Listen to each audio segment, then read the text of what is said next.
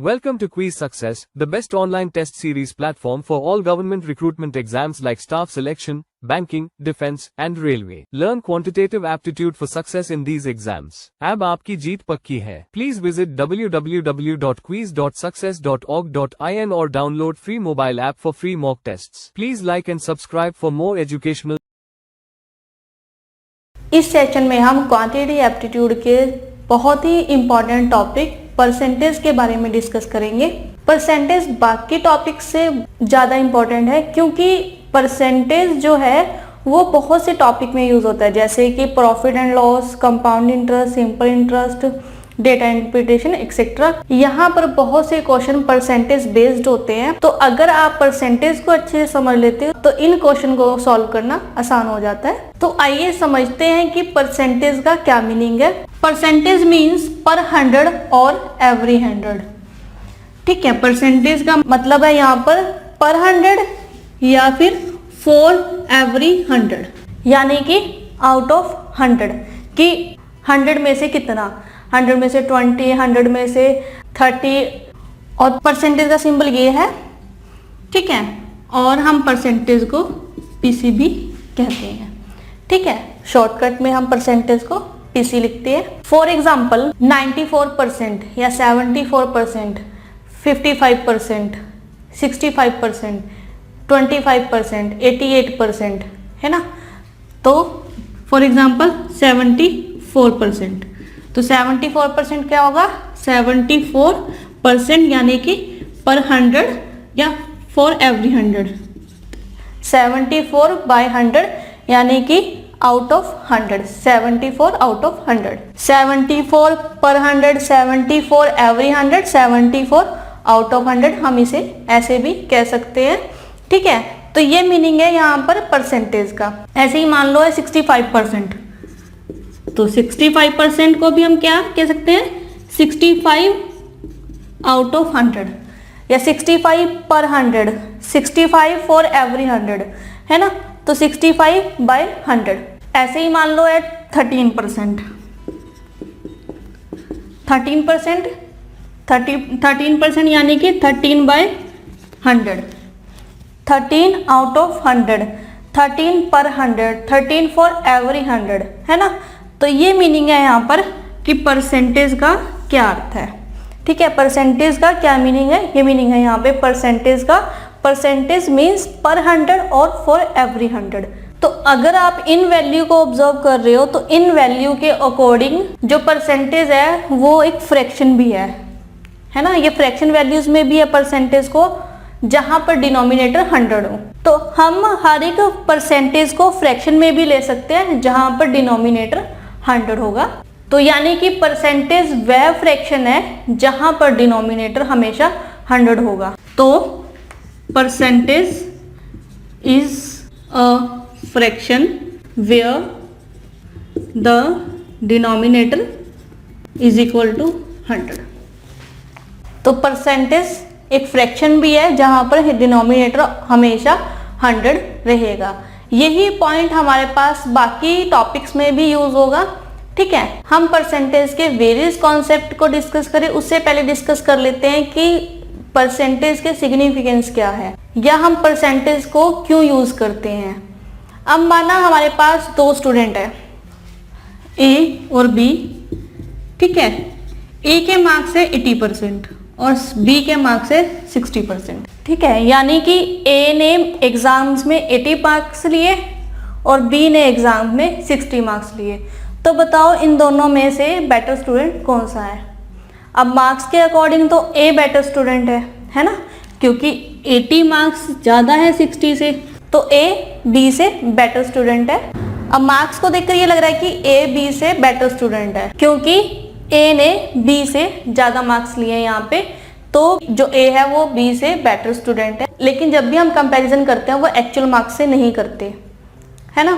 तो कंक्लूजन ये है यहाँ पर कि हो सकता है कि ए बेटर स्टूडेंट नहीं है या ए बेटर स्टूडेंट है, ये रॉन्ग है हमारे पास। ठीक है, माना कि ए के जो 80 मार्क्स है ये 200 में से हो और जो बी के 60 मार्क्स है ये 100 में से हो, यानी कि बी ने 100 में मैक्सिमम स्कोर किया है और ए ने 200 में मैक्सिमम स्कोर किया है ना।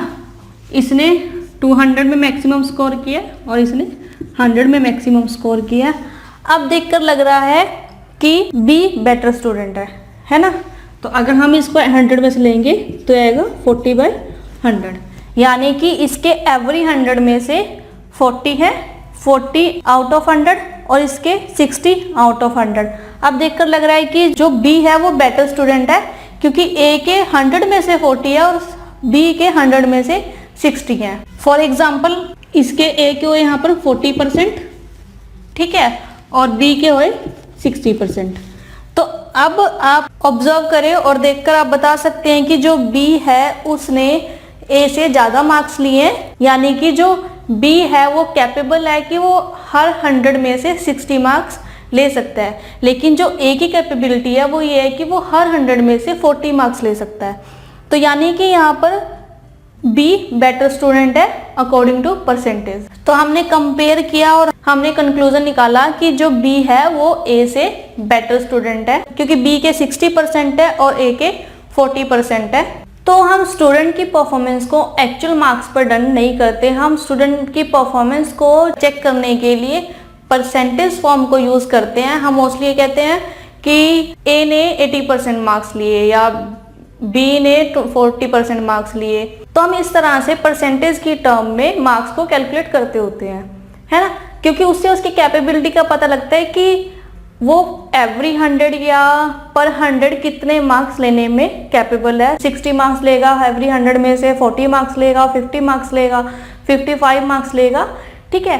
तो हम हमेशा परसेंटेज फॉर्म में ही स्टूडेंट की परफॉर्मेंस को चेक करते हैं।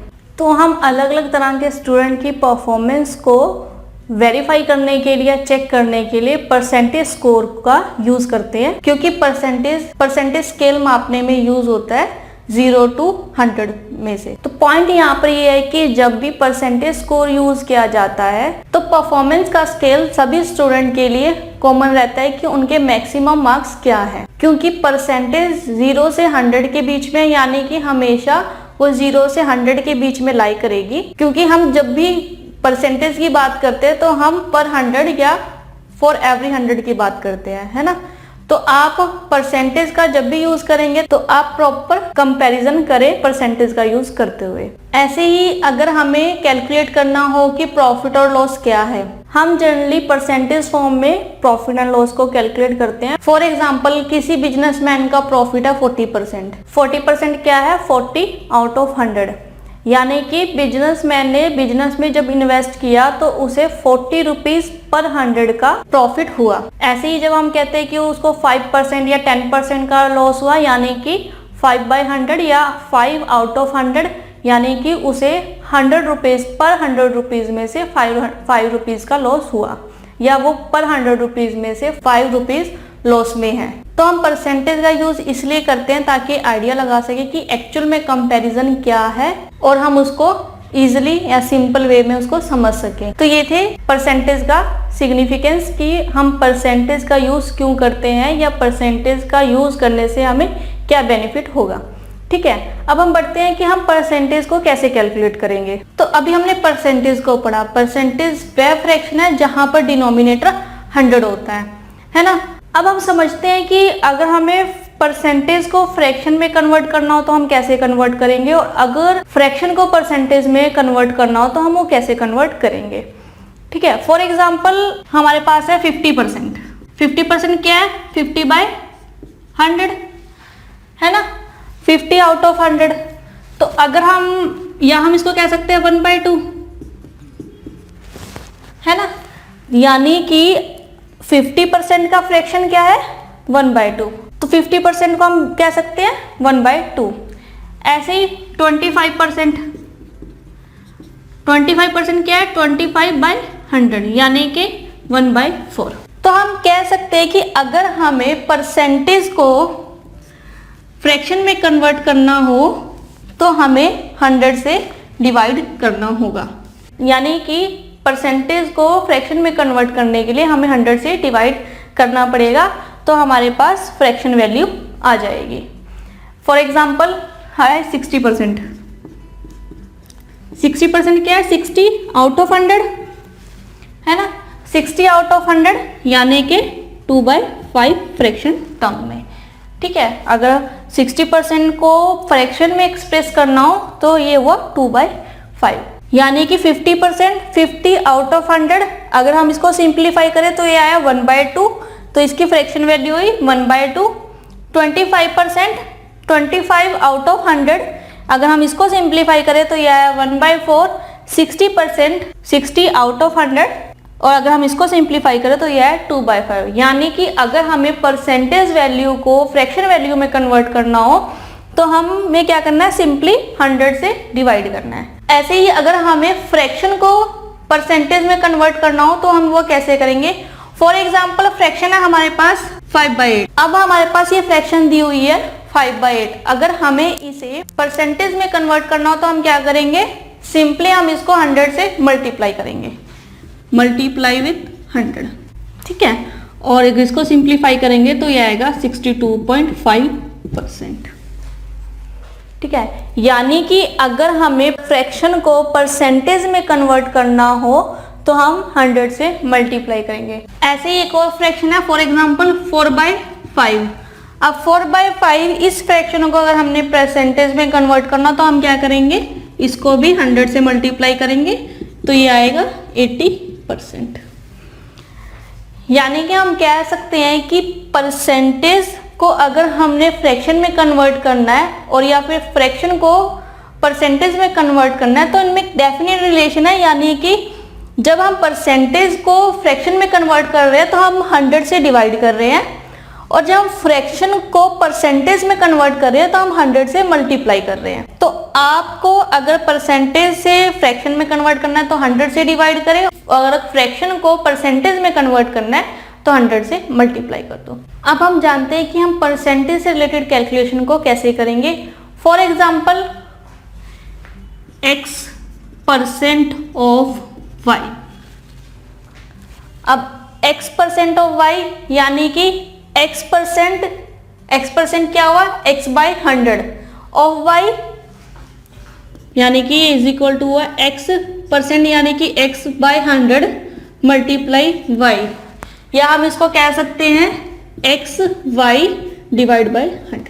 तो सिंपल कि जब हमें x% ऑफ y निकालना हो तो हम सिंपली क्या करेंगे, xy डिवाइड बाई 100, यानी कि x मल्टीप्लाई विद y और उसको 100 से हमने डिवाइड कर देना है। ठीक है, फॉर एग्जाम्पल 30% ऑफ 600, 30% ऑफ 600। अब जब हमें इसको सिंप्लीफाई करना हो तो हम क्या करेंगे, x क्या है यहाँ पे 30 और y 600, तो 30 मल्टीप्लाई 600 डिवाइड बाई 100। तो अगर हम इसको सिंप्लीफाई करेंगे तो ये आएगा 180। तो 30% ऑफ 600 180। ठीक है, तो सिंपली क्या करना है आपने, x multiply y divide by 100।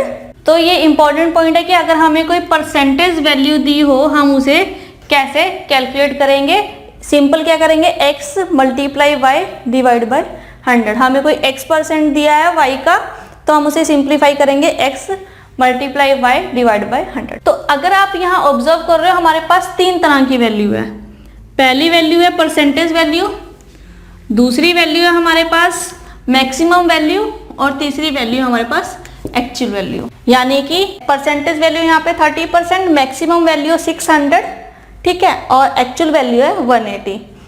तो हमारे पास क्वेश्चन में मोस्टली 2 वैल्यू दी होंगी, हमारे को एक वैल्यू फाइंड आउट करनी होगी, कैलकुलेट करनी होगी कि वो थर्ड वैल्यू क्या है। फॉर एग्जाम्पल हमसे इस बेस पर क्वेश्चन पूछा जाए कि 70% of question mark is equal to 420। अब हमने यहाँ पे इस क्वेश्चन मार्क को यानी कि मैक्सिमम वैल्यू को फाइंड आउट करना है। अब हमें पता है 70 क्या है, 70%, 70/100 इंटू ये हमारा y था, तो मैं इसको कुछ भी x y z कुछ भी मान लो, या क्वेश्चन मार्क के मान लो, मैंने x माना है यहाँ पे, इज इक्वल टू 420। ठीक है, अब x यही रहेगा, अब ये सारा इधर जाएगा तो ये अपोजिट हो जाएगा, 100 ऊपर और 70 नीचे, तो इसको यही सिंप्लीफाई कर देते हैं। ये आया 600 उधर जाके मल्टीप्लाई होगा तो x इज इक्वल टू 600, यानी कि 70% ऑफ 600 इज इक्वल टू 420। तो इस क्वेश्चन में हमें परसेंटेज वैल्यू दी हुई है, हमें मैक्सिमम वैल्यू को फाइंड आउट करना है और एक्चुअल वैल्यू दी हुई है। ऐसे हमारे पास मान लो एग्जांपल है, कोई क्वेश्चन है, question mark percent of 900 is equal to 630। अब इस क्वेश्चन में हमें मैक्सिमम वैल्यू दी हुई है, एक्चुअल वैल्यू दी हुई है और हमें परसेंटेज वैल्यू को फाइंड आउट करना है। ठीक है, question mark percent of 900 is equal to 630। अब हमें क्वेश्चन मार्क परसेंटेज को फाइंड आउट करना है। तो सपोज ये x है, x divide by 100 into 900 is equal to 630। ठीक है, जब हम x इधर रहेगा तो ये इधर मल्टीप्लाई में जाएगा और ये डिवाइड में जाएगा। तो अगर हम इसको सिंप्लीफाई करें तो 9 इधर डिवाइड में जाएगा तो ये 70 पे, तो x आएगा 70%, यानी कि 70% ऑफ 900 इज इक्वल टू 630। तो इन तीनों केसेस में हमें दिया हुआ था, सबसे पहले केस में 30% of 600 is equal to question mark. ठीक है, हमने क्वेश्चन मार्क को यहाँ पे फाइंड आउट किया तो वो आया 180। सेकेंड केस में हमारे पास था 70% of question mark is equal to 420। यहाँ पर हमें परसेंटेज वैल्यू दी हुई है और एक्चुअल वैल्यू दी हुई है, हमने मैक्सिमम वैल्यू को फाइंड आउट करना है। तो हमने सिंप्लीफाई किया इसको, तो हमारे पास क्वेश्चन मार्क आया, मैक्सिमम वैल्यू आई 600। ठीक है, फिर हमारे पास थर्ड केस है, यहाँ पे question mark percent of 900 is equal to 630।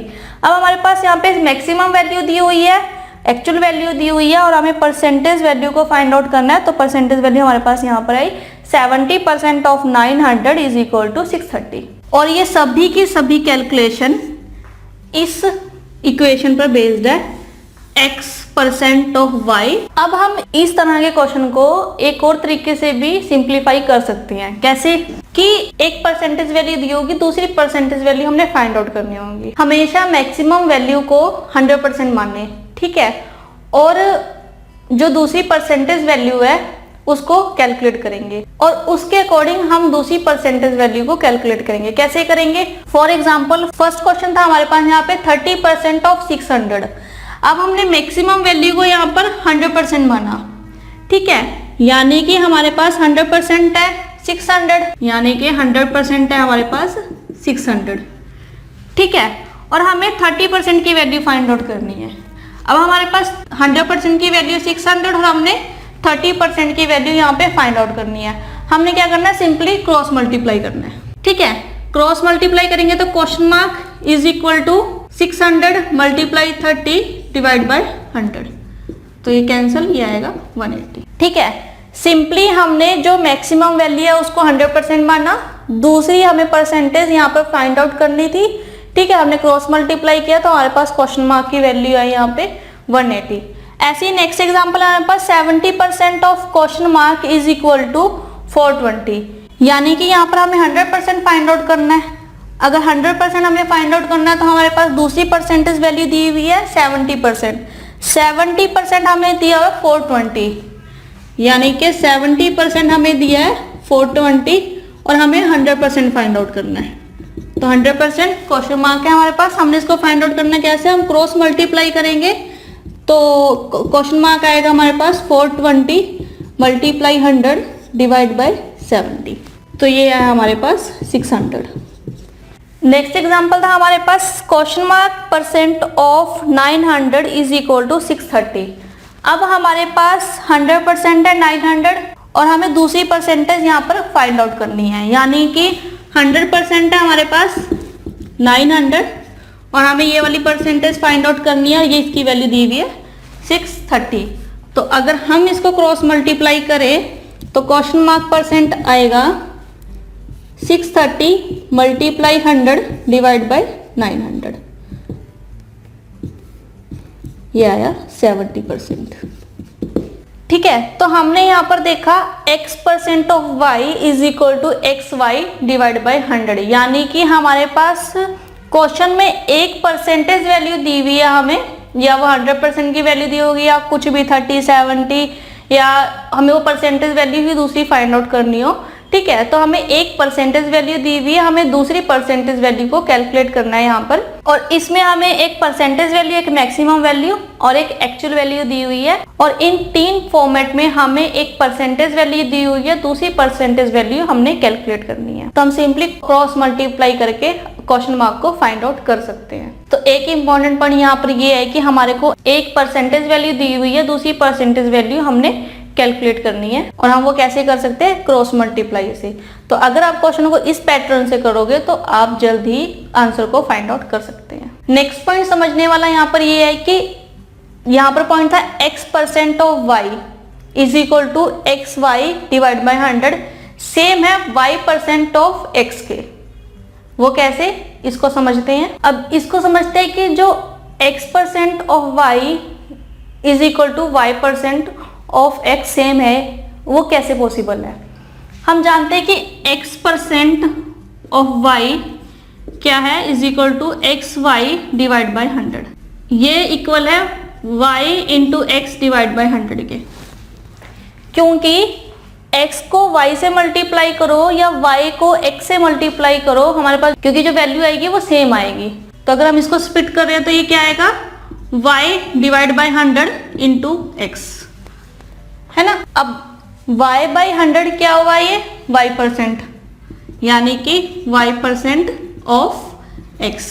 अब y% ऑफ x, ठीक है, तो ये हुआ y% ऑफ x। तो हम कह सकते हैं x% of y is equal to y% of x। तो अब ये जो पॉइंट है हमारे पास, ये कुछ सर्टेन कैलकुलेशन में हमारी हेल्प करेगा। For example 46% of 50, for example है हमारे पास 46% ऑफ 50।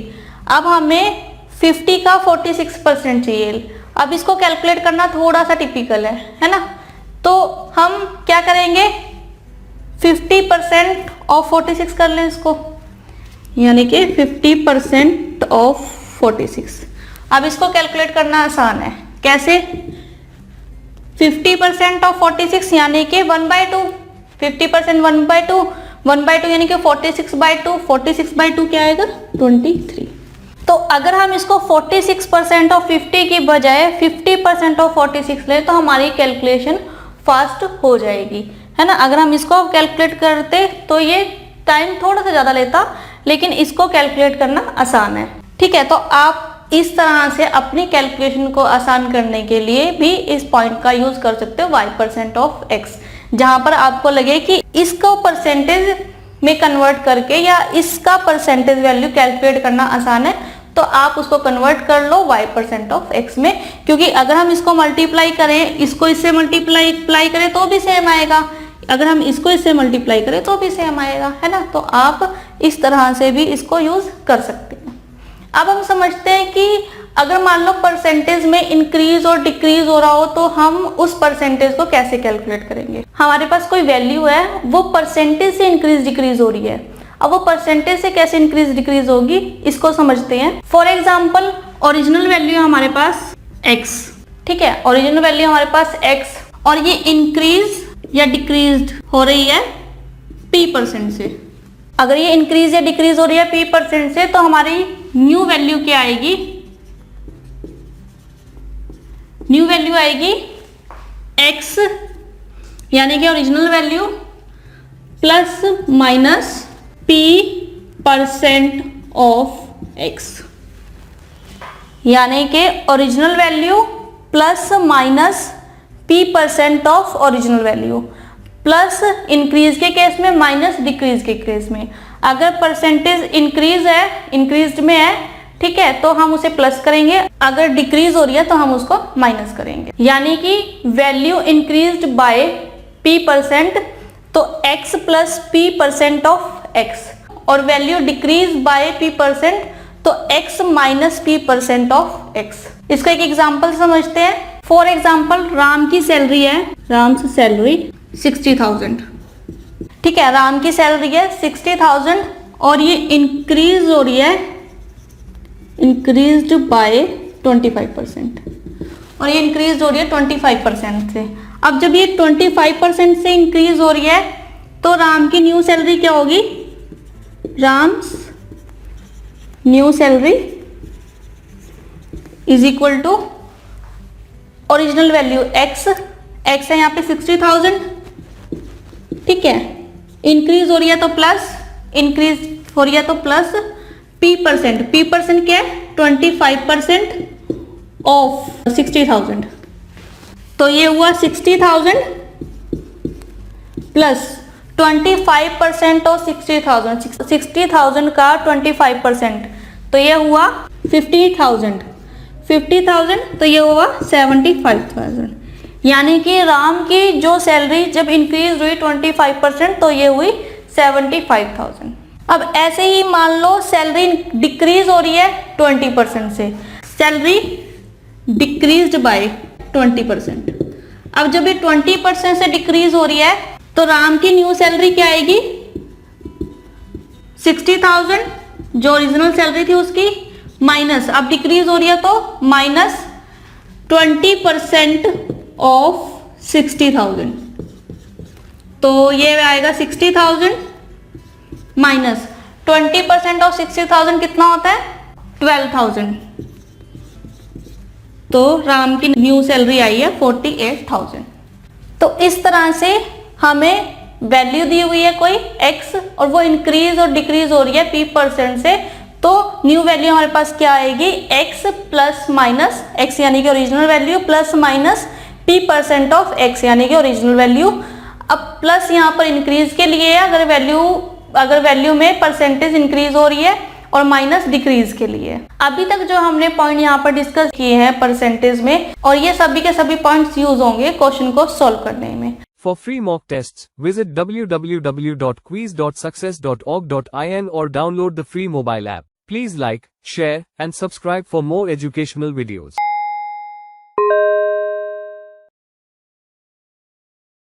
अब हम परसेंटेज का फर्स्ट मॉडल डिस्कस करते हैं, जिसमें हम डिस्कस करेंगे कॉमन क्वेश्चन जो बैंक्स एग्जाम में आते हैं, जहां पर किसी पर्सन की मंथली सैलरी कैलकुलेट करनी होती है हमें कि उसकी मंथली सैलरी क्या है, और उसके मंथली बजट हमें दिया होता है, मंथली एक्सपेंसेस हमें क्वेश्चन में दिए होते हैं, और हमें उसकी मंथली सैलरी को फाइंड आउट करना होता है। इससे रिलेटेड क्वेश्चन है यहाँ पर, Harshit spends 20% of his salary on house rent, 20% on food, 15% on transportation, 10% on education of his children, and 20% on household expenses.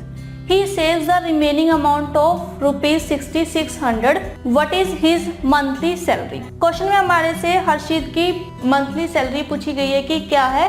Question में हमें दिया हुआ कि हर्षित ने 20% अपनी सैलरी का स्पेंड किया हाउस रेंट पे, 20% खाने पर, फूड पर, 15% ट्रांसपोर्टेशन पर, 10% एजुकेशन अपने बच्चों की एजुकेशन पर, और 20% हाउस होल्ड एक्सपेंस पर, ठीक है। और उसने टोटल सैलरी में से इस एक्सपेंस को करने के बाद 6,600 रुपीज़ उसने सेव किए हैं, और हमें उसकी मंथली सैलरी यहाँ पर बतानी है कि क्या है। अब माना कि जो उसकी मंथली सैलरी है वो 100% है, ठीक है, जो मंथली सैलरी है ये है 100%। यहाँ पर एक्सपेंसेस दिए हुए हैं हमें, जो उसने मंथली एक्सपेंसेस किए हैं, एक्सपेंस दिए हैं उसके 20% हाउस रेंट प्लस 20% फूड पर प्लस 15% ट्रांसपोर्टेशन पर प्लस 10% एजुकेशन पर प्लस 20% हाउस होल्ड एक्सपेंसेस के, ठीक है। तो ये टोटल एक्सपेंस किए हैं उसने 85%। अब हमें टोटल परसेंटेज पता है कि उसकी टोटल सैलरी 100% है, और उसके एक्सपेंस पता है, एक्सपेंस कितने हैं 85%। अब हमें टोटल सैलरी पता है, एक्सपेंसेस पता है, तो हम सेविंग्स फाइंड आउट कर सकते हैं। तो उसकी सेविंग्स कितनी हुई, total salary 100% minus total expenses है उसके 85%, तो ये आया 15%, यानी कि उसने सेविंग्स की है 15%, और इस 15% की हमें अमाउंट में वैल्यू दी हुई है 6,600 रुपीज़, यानी कि हमें 15% की वैल्यू दी हुई है 6,600। अब हमें 15% की वैल्यू दी हुई है 6,600, और हमें 100% यहाँ पर फाइंड आउट करना है कि उसकी सैलरी कितनी है, टोटल सैलरी इसकी कितनी है। तो हम इसे क्रॉस मल्टीप्लाई करेंगे तो हमारे पास क्वेश्चन मार्क आएगा यहाँ पे, यानी कि उसकी टोटल सैलरी आएगी यहाँ पे 6,600 मल्टीप्लाई 100 डिवाइड बाय 15, ये 440 पे जाएगा तो ये आया 44,000। यानी कि जो हर्षित की मंथली सैलरी है वो है 44,000 रुपीज। इसी तरह से हो सकता है कि हमसे उसके टोटल एक्सपेंसेस पूछे गए होंगे, उसने अपनी टोटल सैलरी का कितना परसेंट खर्चा है, 85% खर्चा है, तो हमें यहाँ पर अब 15% की वैल्यू पता है तो हम 85% की वैल्यू भी यहाँ पर फाइंड आउट कर सकते हैं, ठीक है, क्योंकि हमें एक परसेंटेज क्वेश्चन में दी हुई है और हमें दूसरी परसेंटेज को फाइंड आउट करना है। तो आप इस तरह से क्वेश्चन को सॉल्व कर सकते हैं। मॉडल 1 से रिलेटेड सेकेंड एग्जाम्पल है यहाँ पर, Rohan spends 30% of the amount received from his father on hostel expenses, 30% on books and stationery and 50% of the remaining on transport. He saves rupees 550 which is half of the remaining amount after spending the hostel expenses, books and stationery and transport. How much money did he get from his father? Question में हमें दिया हुआ है कि रोहन ने 30% spend किया है hostel expense पे, ठीक है, 30% बुक्स पे और स्टेशनरी पे, रिमेनिंग 50% ट्रांसपोर्ट पे, और उसने 550 रुपीज सेव किया जो कि हाफ है सभी अमाउंट को स्पेंड करने के बाद, जो हाफ होएगा उसका 550 उसने सेव किया है। और ये अमाउंट उसको फादर ने सेंड की थी, तो हमें बताना है कि उसके फादर ने टोटल अमाउंट कितनी सेंड की थी। तो हम मान लेते हैं टोटल अमाउंट है यहाँ पर 100%, टोटल अमाउंट है हमारे पास 100%। अब एक्सपेंस है उसने एक्सपेंस किया 30% हॉस्टल पे और 30% बुक्स एंड स्टेशनरी पे, यानी कि hostel expenses plus books and stationery expenses हुए 30% प्लस 30%, ये हुए 60%।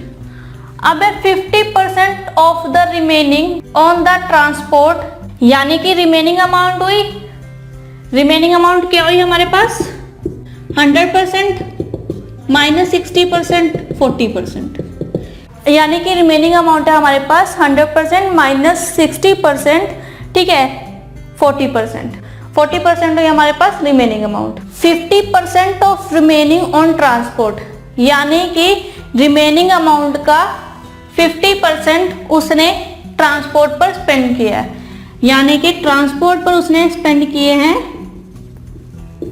ट्रांसपोर्टेशन पर उसने स्पेंड किए हैं 50% ऑफ रिमेनिंग। अब ये 40% है ना, तो 50% ऑफ रिमेनिंग यानी कि 50% ऑफ 40%, तो 50% ऑफ 40% कितना हुआ 20%, तो उसने 20% स्पेंड किया है ट्रांसपोर्ट पे।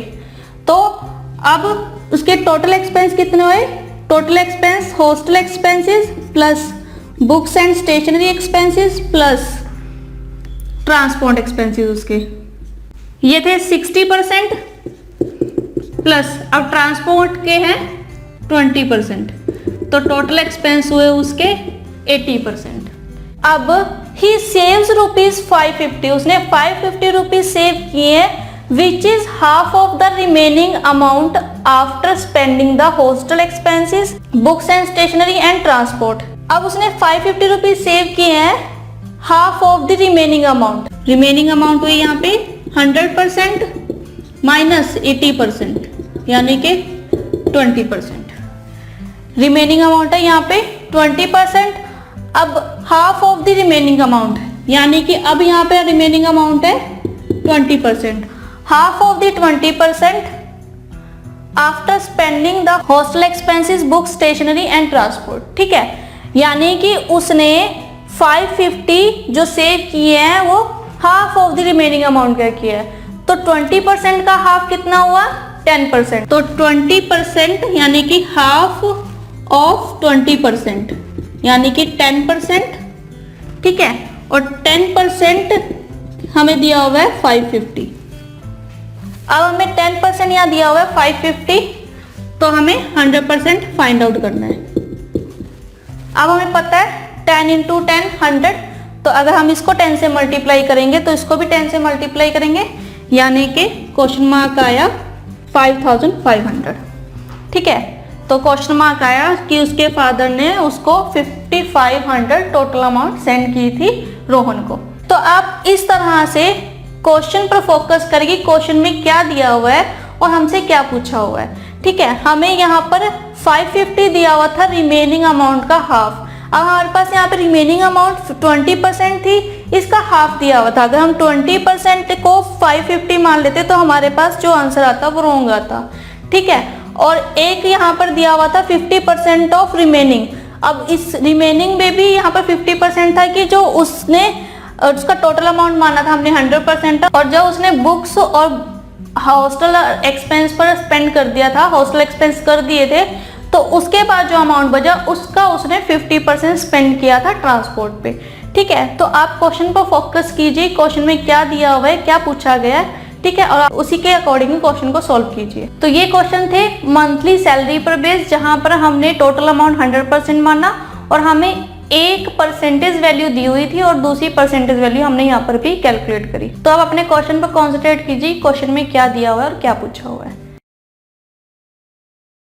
अब हम इस टॉपिक के सेकेंड मॉडल को डिस्कस करते हैं, जो कि परसेंटेज ऑफ परसेंटेज पर बेस्ड है।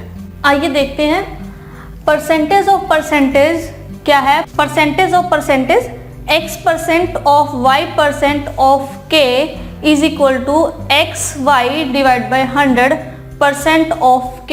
इसको एक एग्जांपल समझते हैं। 30% ऑफ 60% ऑफ 4000। ठीक है, हमें 30% ऑफ 60% ऑफ 4000 इसकी वैल्यू हमें फाइंड आउट करनी है। परसेंटेज ऑफ परसेंटेज है यहाँ पर। ठीक है, तो हम कैसे फाइंड आउट करेंगे, ये इक्वल होगा xy divide by 100% of k। x है यहाँ पर 30 और y है यहाँ पे 60, यानी कि 30 into 60 divide by 100% of k यानी कि 4000। तो ये हुआ 18% ऑफ 4000। 18% ऑफ 4000 होता है 720। यानी कि हम कह सकते हैं कि 30% of 60% of 4000 is equal to 720। तो हम इस तरह से परसेंटेज ऑफ परसेंटेज को यूज कर सकते हैं।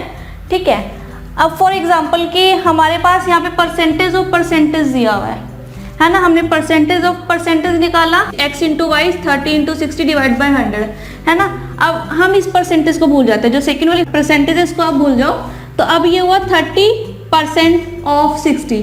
30% ऑफ 60, 30% ऑफ 60 होता है 18%, यानी कि हम डायरेक्ट भी कह सकते हैं कि ये 18% ऑफ 4000, कि 4000 का 18% हमने फाइंड आउट करना। हमें डायरेक्टली भी कह सकते हैं, आप चाहो तो x into Y divide by 100 इस तरह से भी परसेंटेज ऑफ परसेंटेज कैलकुलेट कर सकते हो। फॉर एग्जाम्पल कि हमारे पास है 40% ऑफ 70% ऑफ कोई वैल्यू है x।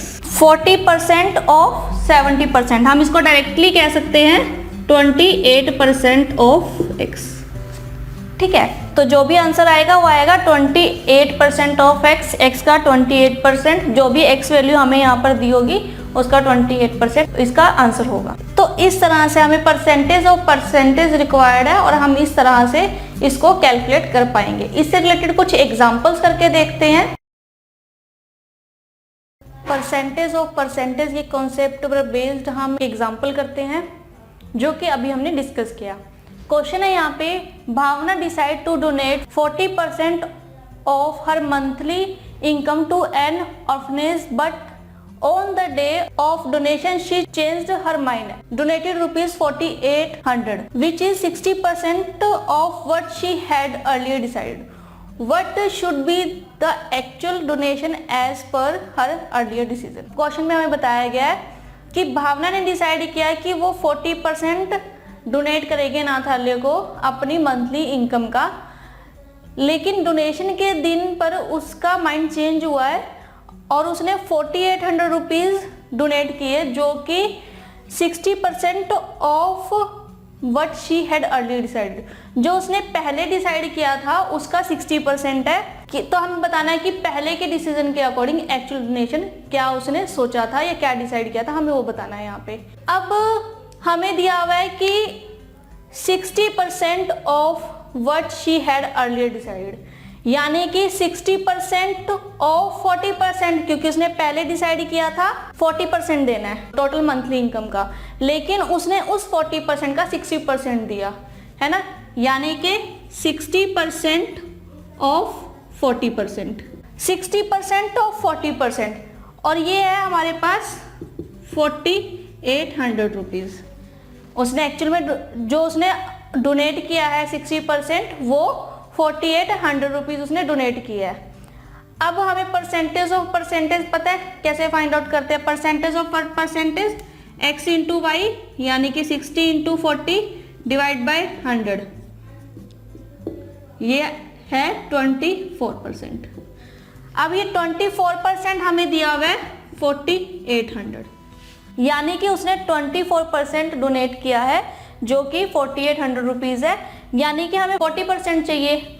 40% क्योंकि हमसे पूछा गया है कि उसने एक्चुअल में जो डोनेशन सोचा था वो क्या अमाउंट था, जो उसने सोचा था कि 40% मंथली इनकम का देना है, तो वो क्या अमाउंट है।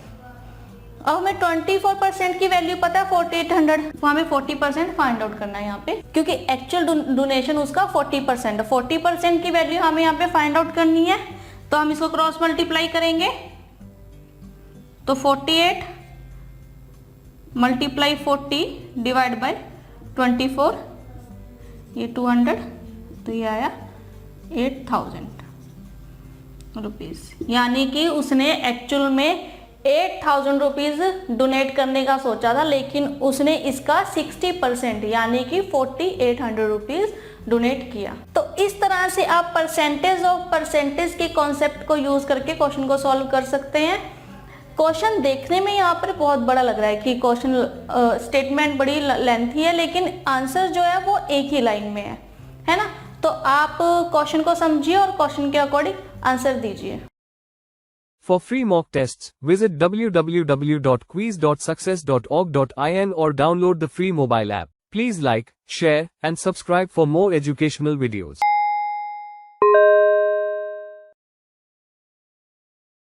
मॉडल 2 से रिलेटेड एक और एग्जांपल करते हैं, जो कि परसेंटेज ऑफ परसेंटेज के कॉन्सेप्ट पर ही बेस्ड है। क्वेश्चन है यहाँ पे, the price of a car is ₹4 lakh, it was insured for 90% of its prices. The car got completely damaged in an accident and the insurance company paid only 70% of the insurance amount. What is the difference between price of the car and amount of insurance received? हमें एक car की amount दी हुई है जो कि 4 lakh rupees है, ठीक है। इंश्योरेंस कंपनी उसके प्राइस का 90% पे करेगी इंश्योरेंस का, ठीक है। और कार जो है वो डैमेज्ड हो गई है एक एक्सीडेंट में, तो जो इंश्योरेंस कंपनी है उसने 70% पे किया है इंश्योरेंस अमाउंट का, और हमें डिफरेंस बताना है कार के प्राइस के बीच और जो इंश्योरेंस अमाउंट उसे रिसीव हुआ है उसका कितना डिफरेंस है। हमें पता है कि कार का प्राइस 4 लाख है, यानी कि 100% है ना। कार का प्राइस 4 लाख है और ये 100% है। अब कंपनी जो इंश्योरेंस कंपनी है उसने 90% पे करना था, लेकिन उसने 70% पे किया है इंश्योरेंस अमाउंट का, यानी कि जो ये अमाउंट है ये 90% है ना। जो इंश्योरेंस अमाउंट है वो 90% है और 70% उसको रिसीव हुआ है, यानी कि 70% ऑफ 90%, यानी कि जो उसको इंश्योरेंस रिसीव हुआ उसे इंश्योरेंस वो हुआ है 70% ऑफ 90%। तो 70% ऑफ 90% ये हुआ 63%। अब प्राइस ऑफ कार 4 लाख है लेकिन ये 100% है, तो प्राइस ऑफ कार है यहाँ पे 100%। हमें डिफरेंस बताना है कि जो प्राइस है कार का और इंश्योरेंस जो रिसीव हुआ है उसका हमें डिफरेंस बताना है। तो डिफरेंस है यहाँ पे 100% प्राइस ऑफ कार और जो उसको इंश्योरेंस रिसीव हुआ है 63%, तो ये है 37% उसके बीच का डिफरेंस है, जो उसको रिसीव नहीं हुआ ये भी उसको रिसीव होना चाहिए था, है ना। तो हमें ये अमाउंट बताना है कि ये अमाउंट कितना है, और हमें 100% का वैल्यू दिया हुआ है, 100% हमारे पास 4 लाख, ठीक है। हमें 37% बताना है यहाँ पर कि कितना अमाउंट है ये, और हमें 100% की वैल्यू दी हुई है, 100% हमारे पास 4 लाख है। तो क्वेश्चन मार्क आएगा हमारे पास 37 इंटू 4 लाख डिवाइड बाय 100, तो ये हुआ 1,48,000, यानी कि जो एक्चुअल कार का प्राइस है और जो इंश्योरेंस कंपनी ने उसको अमाउंट दिया है, जो इंश्योरेंस रिसीव हुआ है उसको, उसके बीच का डिफरेंस है 1,48,000। तो आप इस तरह से परसेंटेज और परसेंटेज का कॉन्सेप्ट यूज करके क्वेश्चन को सॉल्व कर सकते हो कि किस परसेंटेज का परसेंटेज हमें दिया हुआ है और हमें क्या यहाँ पर फाइंड आउट करना है। क्वेश्चन को रीड करके, क्वेश्चन फिर से यहाँ पे बड़ा लेंथी है, लेकिन जो इसका आंसर है वो एक ही लाइन में है कि आपको 70% ऑफ 90% दे रखा है। हमने 70% और 90% कैलकुलेट किया तो 63%, और कार का प्राइस 100% है, हमें पता है क्योंकि कार की टोटल वैल्यू ही 4 लाख है ना। और डिफरेंस हमसे पूछा गया, तो डिफरेंस हमें निकालना है 100% और 63%, 37%, ठीक है, माइनस करके आया 37%। 37% की वैल्यू हमने फाइंड आउट करनी है और 100% की वैल्यू हमें दे रखी है, ठीक है। तो क्वेश्चन मार्क यानी कि जो हमें 37 की वैल्यू फाइंड आउट करनी है वो क्रॉस मल्टीप्लाई कर यहाँ पर आ गई 1,48,000। तो आप इस तरह से क्वेश्चन को सॉल्व कर सकते हैं। Quiz Success is a test series created by IIT and IIM alumni for success in all exams for government recruitment like staff selection, banking, defense, UPSC, PSC, and railway. Please visit www.quiz.success.org.in or download the free mobile app Quiz Success. Please like and subscribe. Thank you.